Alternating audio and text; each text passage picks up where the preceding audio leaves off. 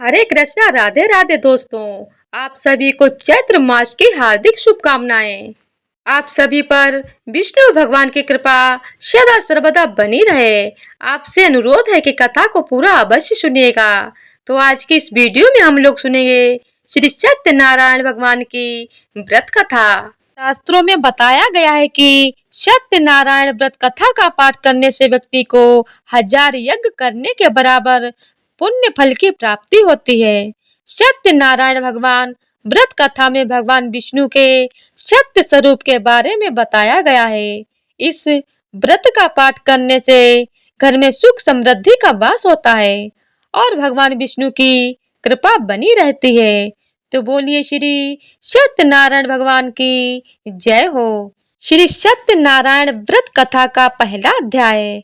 एक समय की बात है, नैमिषारण्य तीर्थ में शौनकादि 88,000 ऋषियों ने श्री सूत जी से पूछा, हे प्रभु, इस कलयुग में वेद विद्या रहित मनुष्यों को प्रभु भक्ति किस प्रकार मिल सकती है तथा उनका उद्धार कैसे होगा। हे मुनि श्रेष्ठ, कोई ऐसा तप बताइए जिससे थोड़े समय में ही पुण्य मिले और मन वांछित फल भी मिल जाए। इस प्रकार की कथा सुनने की हम इच्छा रखते हैं। सर्व शास्त्रों के ज्ञाता सूत जी बोले, हे वैष्णवों, में पूज्य, आप सभी ने प्राणियों के हित की बात पूछी है, इसीलिए मैं एक ऐसे श्रेष्ठ व्रत को आप लोगों को बताऊंगा जिसे नारद जी ने लक्ष्मी नारायण जी से पूछा था और लक्ष्मीपति ने मुनि श्रेष्ठ नारद जी से कहा था। आप सब इसे ध्यान से सुनिए। एक समय की बात है, योगीराज नारद जी दूसरों के हित की इच्छा के लिए अनेकों लोकों में घूमते हुए मृत्यु लोक में आ पहुंचे। यहाँ उन्होंने अनेक योनियों में जन्मे प्राय सभी मनुष्यों को अपने कर्मों द्वारा अनेकों दुखों से पीड़ित देखा। उनका दुख देख नारद जी सोचने लगे कि कैसा यत्न किया जाए जिसके करने से निश्चित रूप से मानव के दुखों का अंत हो जाए। इसी विचार पर मनन करते हुए वह विष्णु लोक में आ गए। वहां वह देवों के ईश नारायण की स्तुति करने लगे, जिनके हाथों में शंख चक्र गदा और पद्म थे, गले में वरमाला पहने हुए थे। स्तुति करते हुए नारद जी बोले, हे भगवान, आप अत्यंत शक्ति से संपन्न हैं। मन तथा वाणी भी आपको नहीं पा सकती है। आपका आदि मध्य तथा अंत नहीं है। निर्गुण स्वरूप सृष्टि के कारण भक्तों के दुख को दूर करने वाले हैं। आपको मेरा नमस्कार है।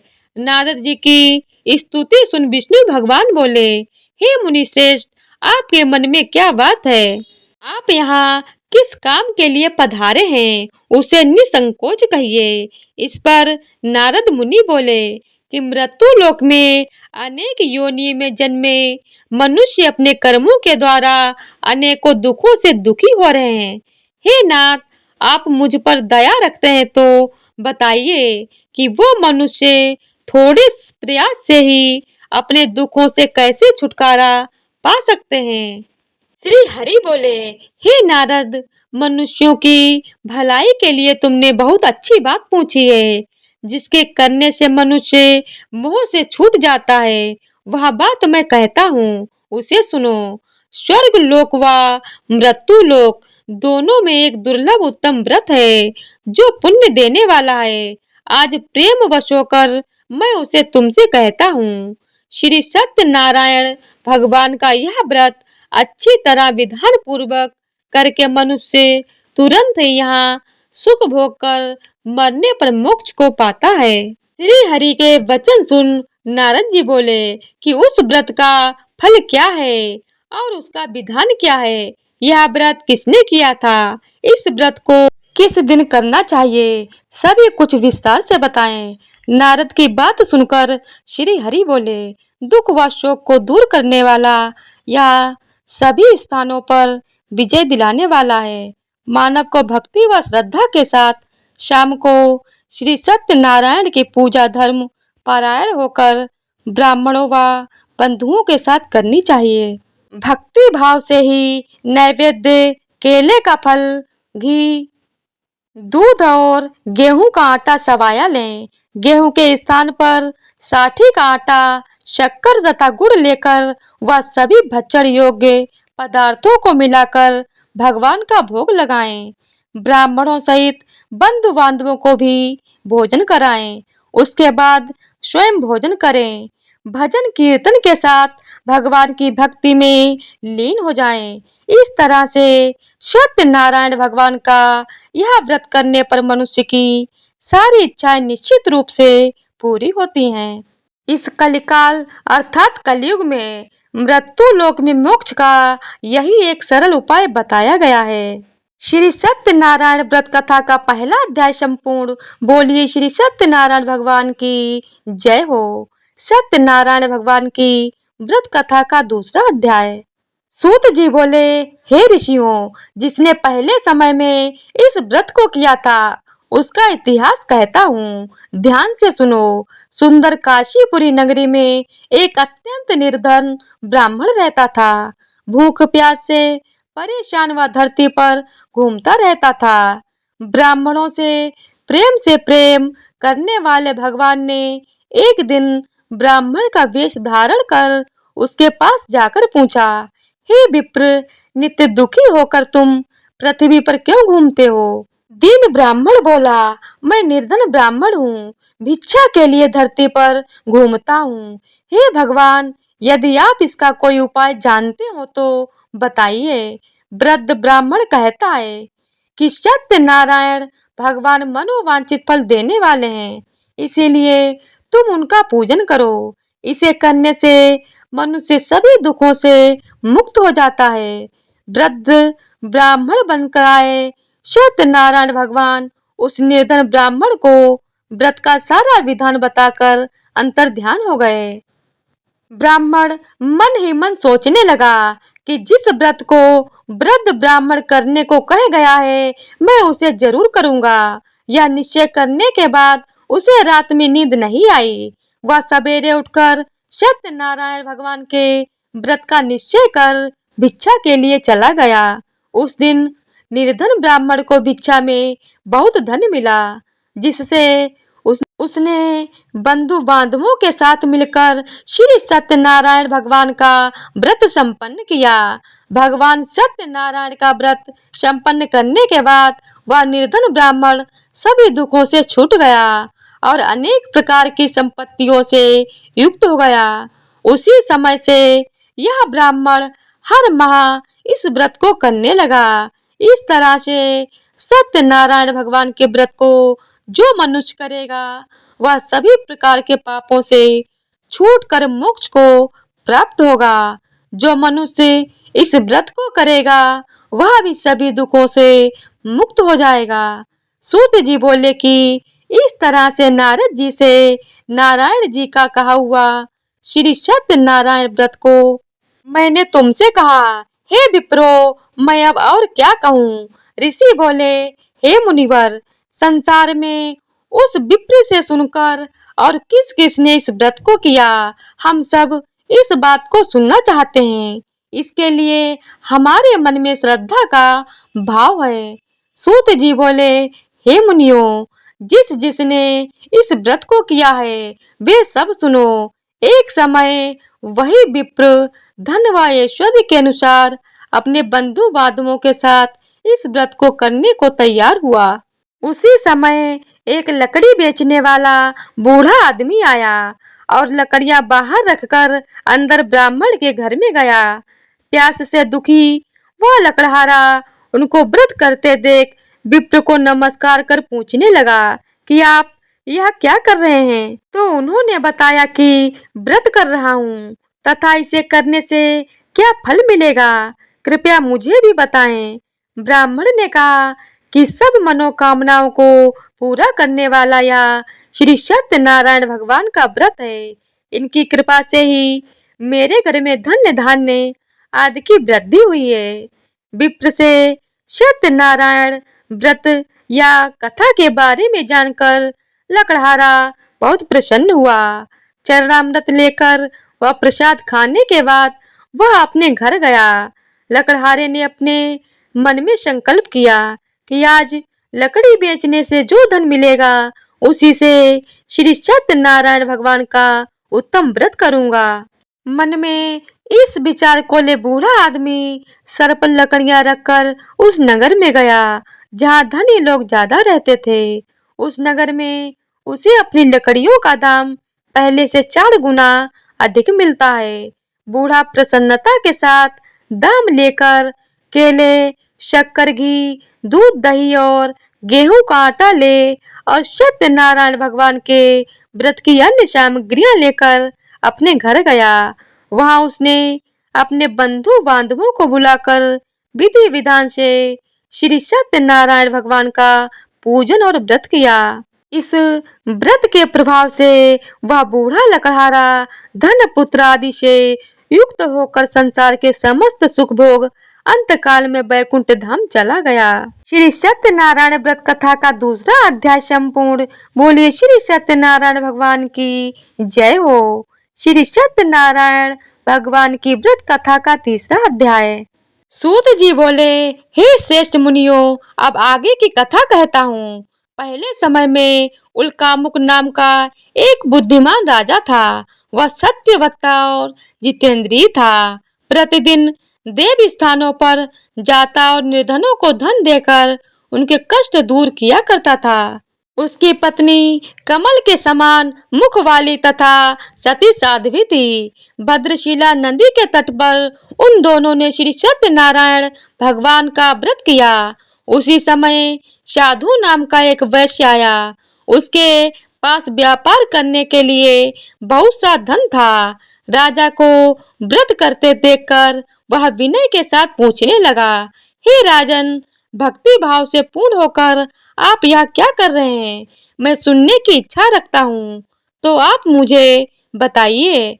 राजा बोला, हे साधु, अपने बंधु बांधवों के साथ पुत्र आदि की प्राप्ति के लिए एक महाशक्तिमान श्री सत्यनारायण भगवान का व्रत व पूजन कर रहा हूँ।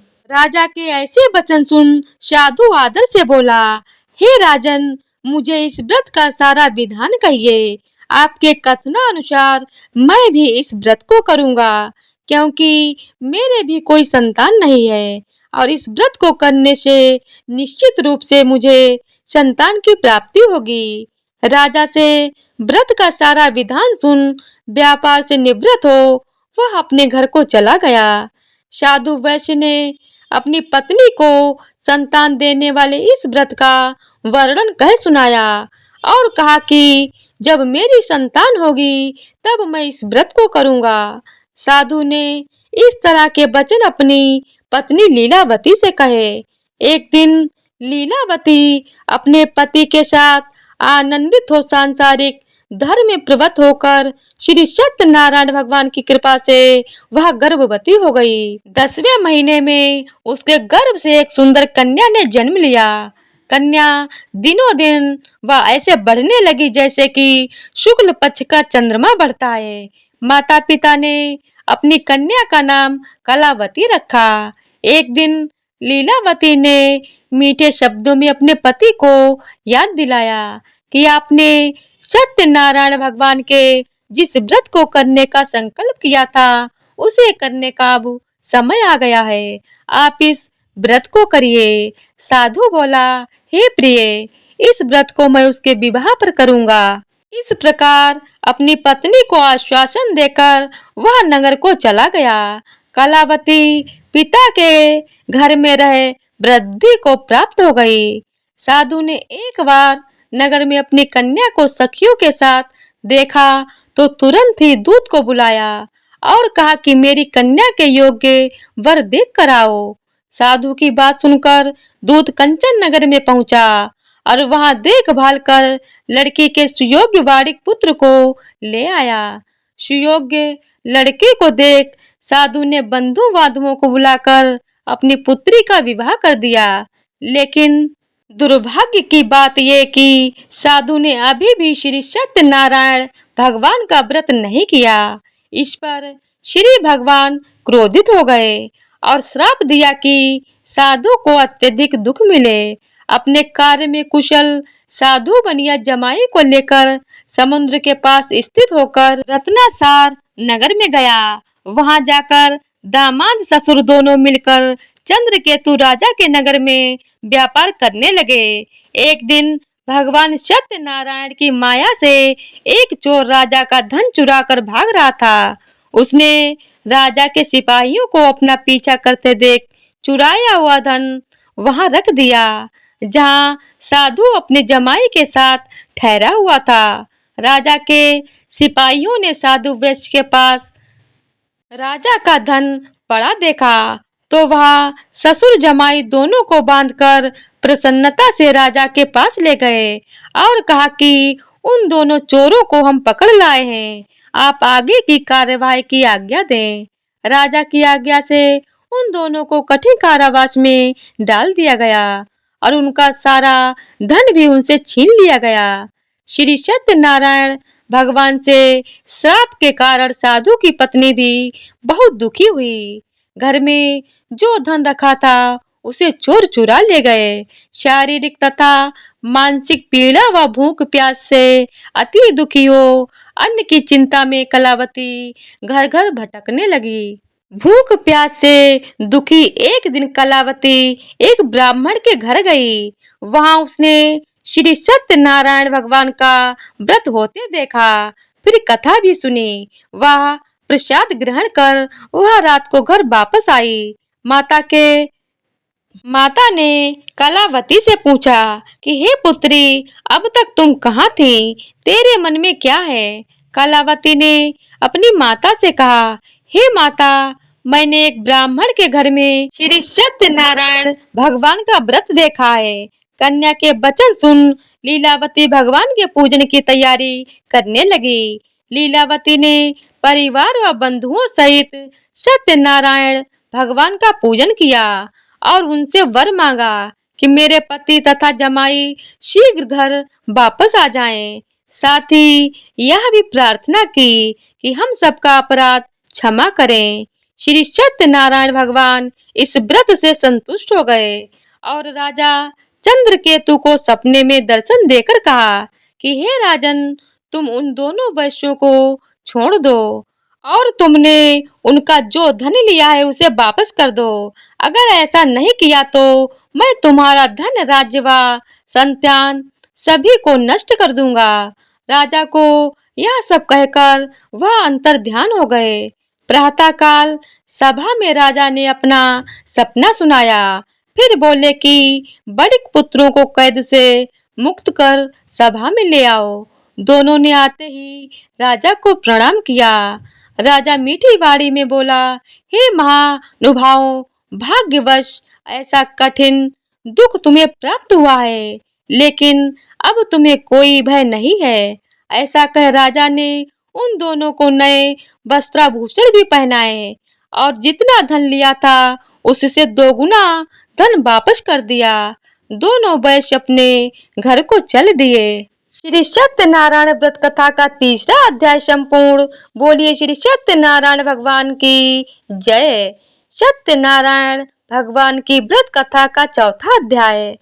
सूत जी बोले, वैश्य ने मंगलाचार कर अपनी यात्रा आरंभ की और अपने नगर की ओर चल दिए। उनके थोड़ी दूर जाने पर एक दंडी वेशधारी श्री सत्यनारायण ने उनसे पूछा, हे साधु, तेरी नाव में क्या है? अभिवाड़ी बड़ी हंसता हुआ बोला, हे दंडी, आप क्यों पूछते हो? क्या धन लेने की इच्छा है? मेरी नाव में तो बेल व पत्ते भरे हुए हैं। वैश्य के कठोर वचन सुन भगवान बोले, तुम्हारा वचन सत्य हो। दंडी ऐसे वचन कह वहां से दूर चले गए।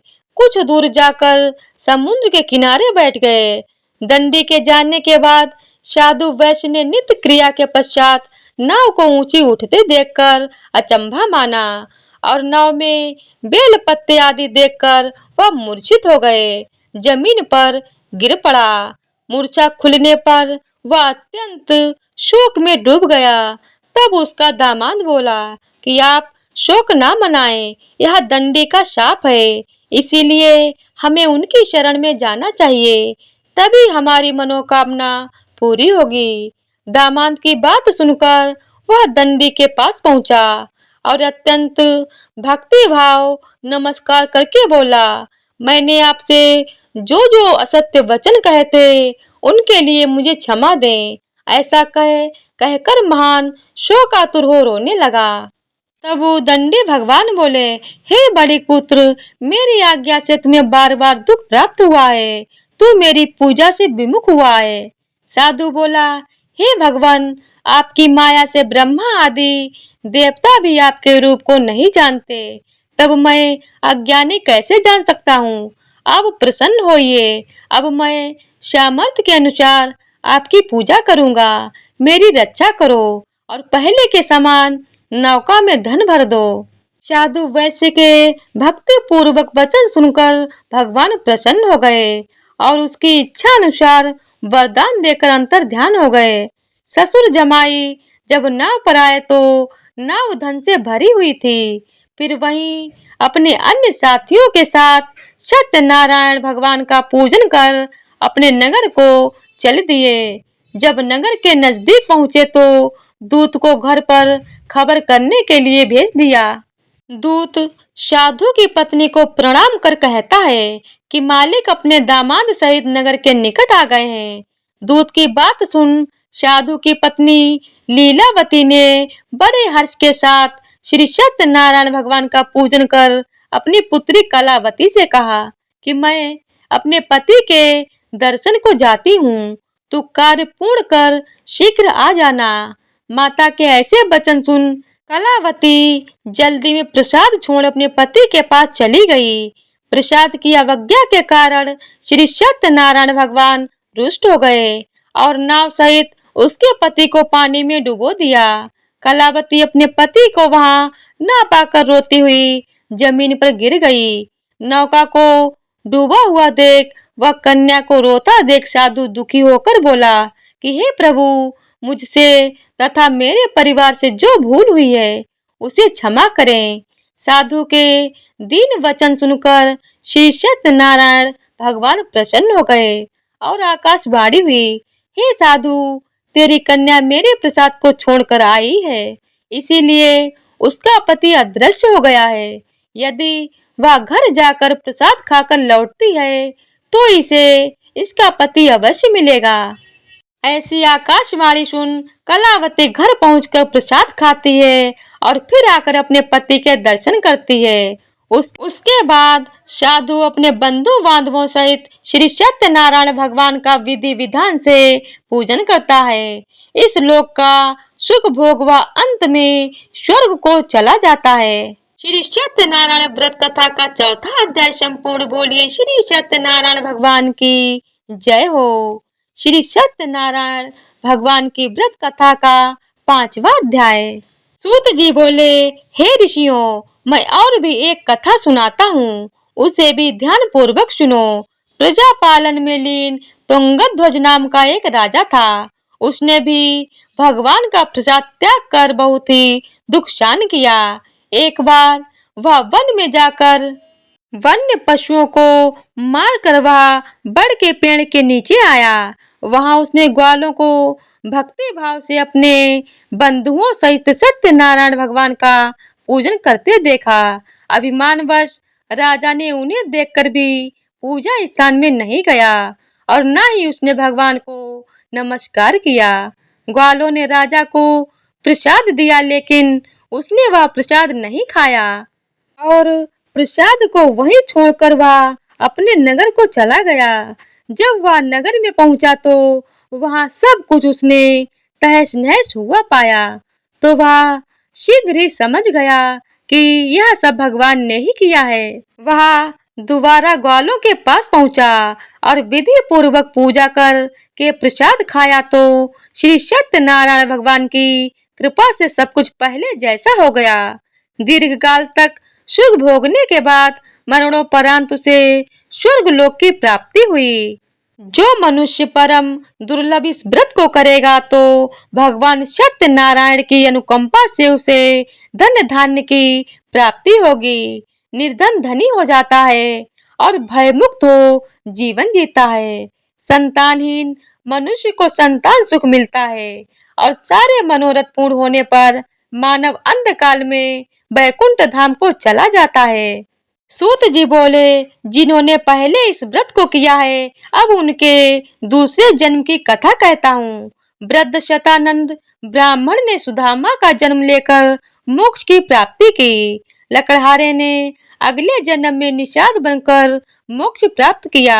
उल्कामुक नाम का राजा दशरथ होकर बैकुंठ को गए। साधु नाम के वैश्य ने मोरत ध्वज बनकर अपने पुत्र को आरे से चीरकर मोक्ष पाया। महाराज तुंगत ध्वज ने स्वयंभू होकर भगवान में भक्ति युक्त हो कर्म कर मोक्ष पाया। श्री सत्यनारायण व्रत कथा का 5वां अध्याय संपूर्ण बोलिए श्री सत्यनारायण भगवान की जय हो।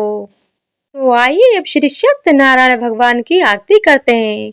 ओम जय लक्ष्मी रमुणा, स्वामी जय लक्ष्मी रमुणा, सत्यनारायण स्वामी जन पातक हरिणा। ओम जय लक्ष्मी रमुणा। रतन जड़ित सिंहासन अद्भुत छवि राजे, नारद करत निरंजन घंटा ध्वनि बाजे। ओम जय लक्ष्मी रमुणा।